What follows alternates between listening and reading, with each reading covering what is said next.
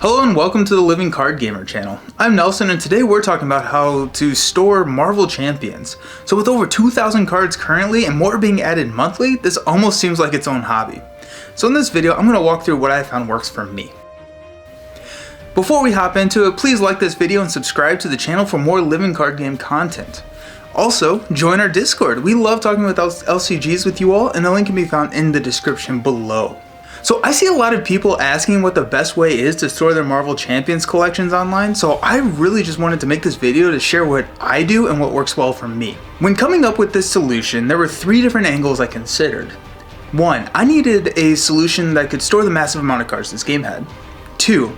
The solution needed to allow me to browse the cards so I could build custom decks.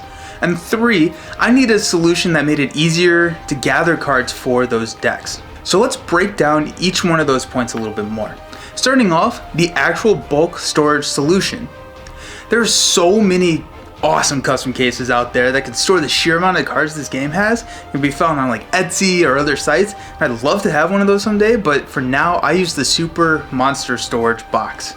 This is a box that you can get on Amazon for around $20, and it does come unassembled, so you do have to build it yourself.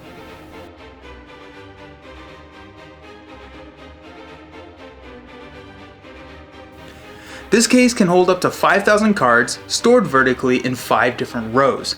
This allows me to separate heroes, aspect cards, modular sets, villains, and have some extra room for future content. This box fits cards that are in sleeves and is super affordable. Later in the video, I'm going to go into the method I used to store the cards in this box, but you can find a link below for it. Also, I need to brag on my wife, who did an incredible job at decorating the lid to this case to showcase some of our favorite heroes and teams. To complement the storage of the bulk cards, I needed a way to easily browse all the cards for deck building exercises. That's where the binder comes into play. I use a 3-ring binder filled with sheets that have 9 slots to store cards. Each sheet then therefore store 18 cards, so 9 on each side of the sheet. These sheets will hold 1 copy of each card and is organized into different sections separated by aspect. I organize each aspect by putting all of the allies in the front section, and then I organize by cost, starting with 0 cost cards and increasing from there. Every different cost card is in a different sheet, so it's easy to add new cards as they come out. This helps me flip through available cards and keep a general understanding of my cost curve while building my deck. Also, as a side note, I recently switched to a style of sheet I'm using now that fits sleeve cards, and so I linked that one in the description below. Now onto my third need, how to find the cards that have been chosen for my deck, because typically multiple copies of each card go into my deck and this binder only holds 1. The remainder of the cards that were not in the binder are stored in the Super Monster Storage box, separated into different sections using these white dividers that can be marked on with Sharpie, and there's a link for those in the description as well. For aspect cards, I put them into the box and divide them alphabetically. So if I know what I'm looking for, like a Desperate Defense, I will easily be able to find the cards that start with D and pull out the necessary cards.